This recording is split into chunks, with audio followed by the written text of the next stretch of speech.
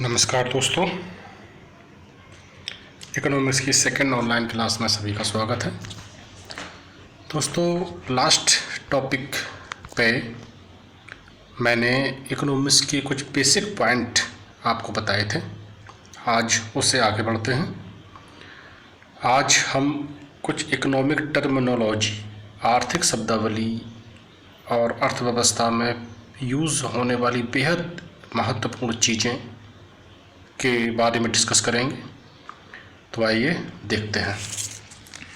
दोस्तों, economic calculation, अर्थव्यवस्था का आकलन हेडिंग है आपकी।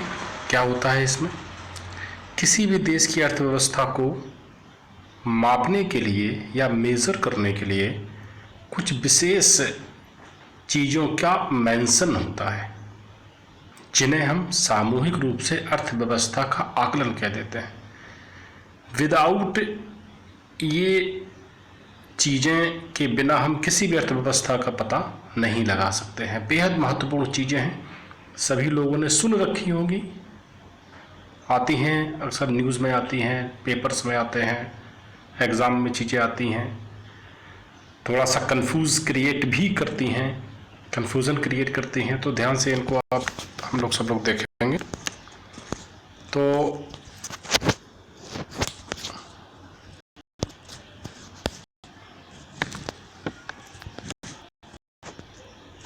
वो चीज़ें कौन कौन सी हैं दोस्तों? GDP, GNP, NNP, national income, प्रति व्यक्ति आय, एनडीपी, एटसेट्रा एटसेट्रा।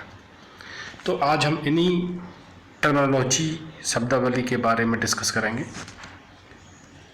सबसे महत्वपूर्ण टॉपिक है जीडीपी, ग्रॉस डोमेस्टिक प्रोडक्ट, सकल घरेलू उत्पाद। वेरी इंपॉर्टेंट हेडिंग है ये दोस्तों, बहुत ज़रूरी है, ध्यान से समझिए बिल्कुल। अगर आपने इसको समझ लिया तो इसी टॉपिक से रिलेटेड जीएनपी है, फिर एनएनपी है, फिर नेशनल इनकम है। All over depend on this GDP. तो दोस्तों देखिए, सबसे पहले इसकी डेफिनेशन की बात करते हैं। ध्यान से समझिए, किसी भी देश की भौगोलिक सीमा में, पहले एक बार पूरी डेफिनेशन देख लीजिए, फिर इसकी बिंदुवार इसके बारे में चर्चा करेंगे। किसी भी देश की भौगोलिक सीमा में एक निश्चित अवधि में सभी निवासियों द्वारा उत्पादित सभी अंतिम वस्तुओं और सेवाओं के योग को सकल घरेलू उत्पाद कहते हैं। अब जो अंडरलाइन बर्ड्स आपको पिक्चर में दिख रहे हैं दोस्तों, इनके बारे में देखेंगे। किसी देश की भौगोलिक सीमाएं दो होती हैं, स्थलीय सीमा और जलीय सीमा। तो दोस्तों, जीडीपी में दोनों सीमाएं शामिल हैं। स्थलीय सीमा में जितना क्षेत्र आता है भारत का वो पूरा, और जलीय सीमा में जो पूरा क्षेत्र आता है वो। भौगोलिक सीमा क्लियर है? आगे बढ़िए। निश्चित अवधि का मतलब होता है एक वित्तीय वर्ष, यानी कि 1 अप्रैल से 31 मार्च तक जितना भी जो कुछ भी उत्पादित हुआ है भारत में, वो सब की गणना हम जीडीपी में करते हैं। निश्चित अवधि क्लियर। नेक्स्ट, सभी निवासियों के बारे में आपको बता दें कि जीडीपी में भारत के निवासी और भारत में रहने वाले जो विदेशी लोग हैं उनकी आय भी शामिल की जाती है। भारतीय निवासी और विदेशी निवासी दोनों लोगों की आय जीडीपी में शामिल की जाती है। सभी अंतिम वस्तुओं और सेवाओं के योग को। तो अंतिम वस्तु से क्या मतलब हुआ दोस्तों? अंतिम वस्तु या सेवा, इसका मतलब है कि किसी भी वस्तु के प्रोडक्शन का लास्ट स्टेप को हम जीडीपी में गणना करते हैं। इसको फॉर एग्जांपल में समझे, मान लीजिए गेहूं है, हम गेहूं का उत्पादन करते हैं, उसको खेतों में लगाते हैं, उसके बाद फिर उसमें सिंचाई करते हैं, फिर उसको थ्रेसिंग करते हैं, फिर उसको सारी चीज़ें, गेहूं निकलता है। तो दोस्तों, अंतिम उत्पाद से मतलब है आटा, यानी कि गेहूं का अंतिम उत्पाद क्या हो गया? आटा। तो आटे की कीमत की गणना करते हैं हम जीडीपी में। इसी तरह से जितनी भी वस्तुएं हैं या सर्विसेज हैं, उनका लास्ट पॉइंट हम गणना करते हैं, इसलिए इसको अंतिम कहा जाता है, अंतिम वस्तुओं और सेवाएं। तो क्लियर है दोस्तों। भौगोलिक सीमा क्लियर है, स्थलीय जलीय सीमा दोनों आते हैं। निश्चित अवधि का मतलब 1 वित्तीय वर्ष हो गया। निवासी का मतलब भारत में रहने वाले सभी लोग और विदेशी भी, जो मान लीजिए जैसे अमेज़न कंपनी है, अमेज़न विदेश की कंपनी है, भारत में उसके ऑफिसेस हैं, तो उन ऑफिसेस में जो विदेशी काम करते हैं, वो जो कमाते हैं, वो जो उनकी आय है, उसको भी हम इसमें शामिल करते हैं जीडीपी में। इसी तरह से ढेर सारी विदेशी कंपनियां हैं जिनमें विदेशी लोग लगे हुए हैं, सबको जोड़ते हैं निवासियों में।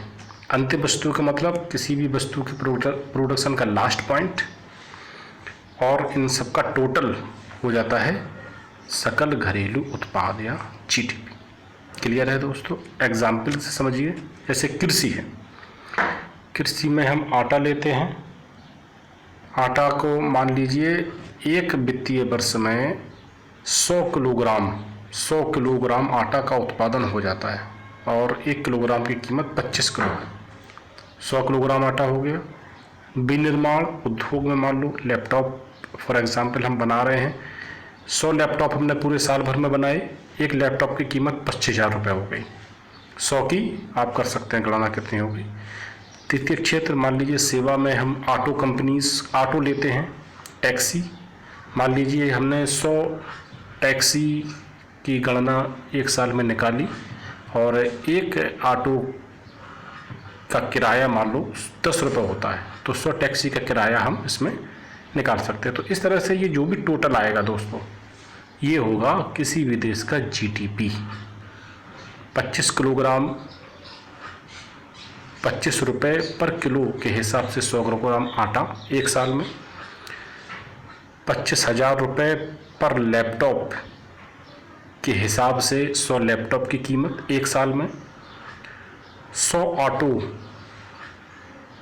10 रुपये पर ऑटो के किराए के हिसाब से 100 ऑटो का किराया 1 साल में, टोटल कर लेंगे तो हमें जीडीपी निकल आएगा। क्लियर है। ओके, आगे बढ़ते हैं दोस्तों। जीडीपी से ही हम किसी भी देश की आर्थिक वृद्धि दर निकालते हैं। अक्सर आपने सुना होगा कि भारत की आर्थिक विकास दर इतनी है, इंग्लैंड की आर्थिक विकास दर इतनी है, अमेरिका की इतनी है। ये होता क्या है आर्थिक विकास दर? इसको हम जीडीपी से ही निकालते हैं। कैसे? इसका एक फार्मूला है, नीचे लिखा हुआ है, present GDP minus past GDP upon past GDP और मल्टीप्लाई बाई 100 इक्वल टू जो भी आएगा वो आपका इकोनॉमिक ग्रोथ रेट हो जाएगी। प्रेजेंट जीडीपी का मतलब जैसे मान लीजिए अभी 2020 चल रहा है, तो 2020 के तो अभी हमें डाटाज मिले नहीं है, तो हम 2019 के डाटा मानेंगे प्रेजेंट जीडीपी में। यानी कि 2019 और 20 के एक वित्तीय वर्ष में जितना भी उत्पादन सेवाओं और वस्तुओं का हुआ है वो हो गया present GDP minus past GDP. इसमें 2018 का हम जीडीपी का डाटा लेंगे, 18-19 का, और उसी को फिर नीचे इसमें डिवाइड कर देंगे और मल्टीप्लाई बाई 100 इक्वल टू जो भी परसेंटेज आएगा वो भारत की आर्थिक विकास दर हो जाएगी प्रेजेंट की। क्लियर है दोस्तों। ये हो गया जीडीपी, इसको अच्छी तरह समझ लीजिए सभी लोगों ने। नेक्स्ट, इसके बाद आता है एनडीपी। एनडीपी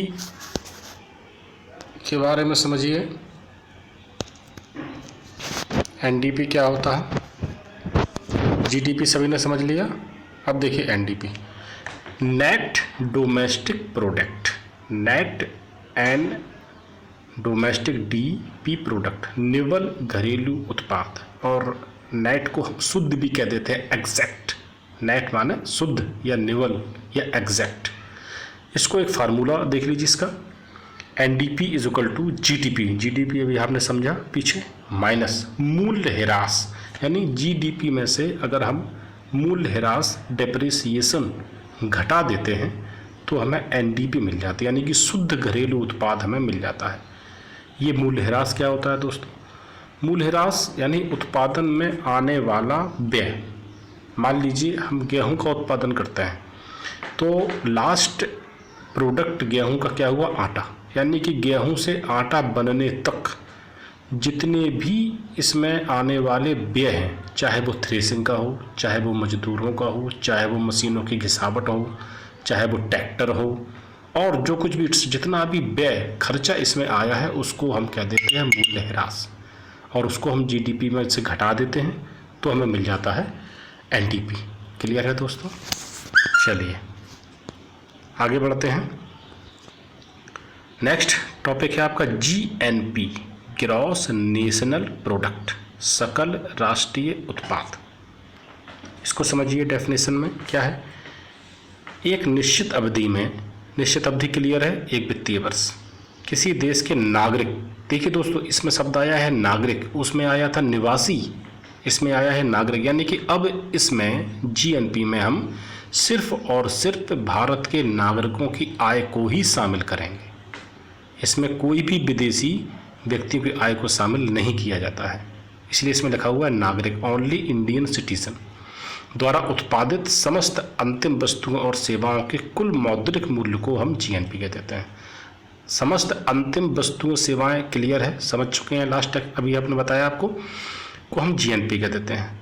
एक चीज़ और जीएनपी में बहुत इंपॉर्टेंट है, इसमें देशवासियों द्वारा विदेशों में अर्जित आय को शामिल किया जाता है। मान लीजिए अपने कुछ भारतीय हैं जो अमेरिका में जाके नौकरी करते हैं और वहाँ से जो वो पैसा कमाकर भारत भेजते हैं, तो वो जो उनकी आय है उसको भी हम जीएनपी में शामिल करते हैं। लेकिन चूँकि जिस तरह से कुछ भारतीय विदेशों में काम कर रहे हैं, उसी तरह से कुछ विदेशी भी भारत में काम कर रहे होंगे और भारत से पैसा कमा कर अपने देश में भी भेजते होंगे। तो दोस्तों इसमें ध्यान से समझिए, जबकि भारत में रह रहे विदेशियों द्वारा अपने देश को भेजी गई धनराशि को घटाया जाता है, यानी कि हम भारतीय जब विदेशों में पैसा कमाते हैं और उसको भारत भेजते हैं उसको तो शामिल किया जाता है, लेकिन जो विदेशी भारत में रह रहे हैं, कमा रहे हैं, वो जो अपनी आय अपने देश को भेजते हैं वो उसको इसमें से घटाते हैं। फार्मूला से क्लियर हो जाएगा, GNP equal to GDP, GDP समझ चुके हैं आप, प्लस इसमें जोड़ते क्या है, विदेशों से आय, यानी कि जो भारतीय विदेशों में रह रहे हैं वो जो पैसा कमाते हैं उसको हम जोड़ते हैं, माइनस घटाते क्या है, विदेशों में भेजी गई राशि, यानी कि जो विदेशी भारत में रह रहे हैं वो अपने देश को जो राशि भेजते हैं, जो पैसा भेजते हैं, उसको हम घटा देते हैं। तो इससे हमें जीएनपी निकल आता है, सकल राष्ट्रीय उत्पाद का पता चल जाता है। क्लियर है दोस्तों? Next NNP, NNP net national product, शुद्ध राष्ट्रीय उत्पाद। ये क्या होता है? ये बिल्कुल सिंपल है दोस्तों, अभी आपने पीछे देखा, NNP is equal to GNP, GNP भी आपने देखा, ग्रॉस नेशनल प्रोडक्ट में से क्या घटा देते हैं हम, डेप्रिसिएशन घटा देते हैं, मूल्यह्रास घटा देते हैं, यानी कि वही जो जैसा जीडीपी में भी हमने बताया था कि जब जीएनपी में उत्पादित होने वाली सारी वस्तुओं और सेवाओं के मूल्य के उत्पादन में जो भी व्यय हो रहा है उसको जब हम उसमें से घटा देंगे तो हमें मिल जाता है शुद्ध राष्ट्रीय उत्पाद। ये 4 टर्मिनोलॉजी जीडीपी, एनडीपी, जीएनपी और एनएनपी क्लियर हैं। अगर किसी को भी समझ में ना आए तो आप कमेंट बॉक्स में पूछ सकते हैं, थोड़ा सा ध्यान से पढ़ेंगे, एक एक चीज़ को पढ़ेंगे तो बिल्कुल से अच्छे से आपको समझ में आ जाएगा। नीचे फार्मूलाज लिखे हुए हैं, अगर आपको थ्योरी से समझ में नहीं आ रहा तो फार्मूला से समझ लीजिए, और फिर भी अगर कोई चीज़ आपको लगता है कि ये हमारे समझ में नहीं आई तो आप विदाउट एनी हेजिटेशन मुझसे कमेंट बॉक्स में पूछ सकते हैं, मैं आपको निश्चित रूप से उसको और क्लियर कर दूंगा।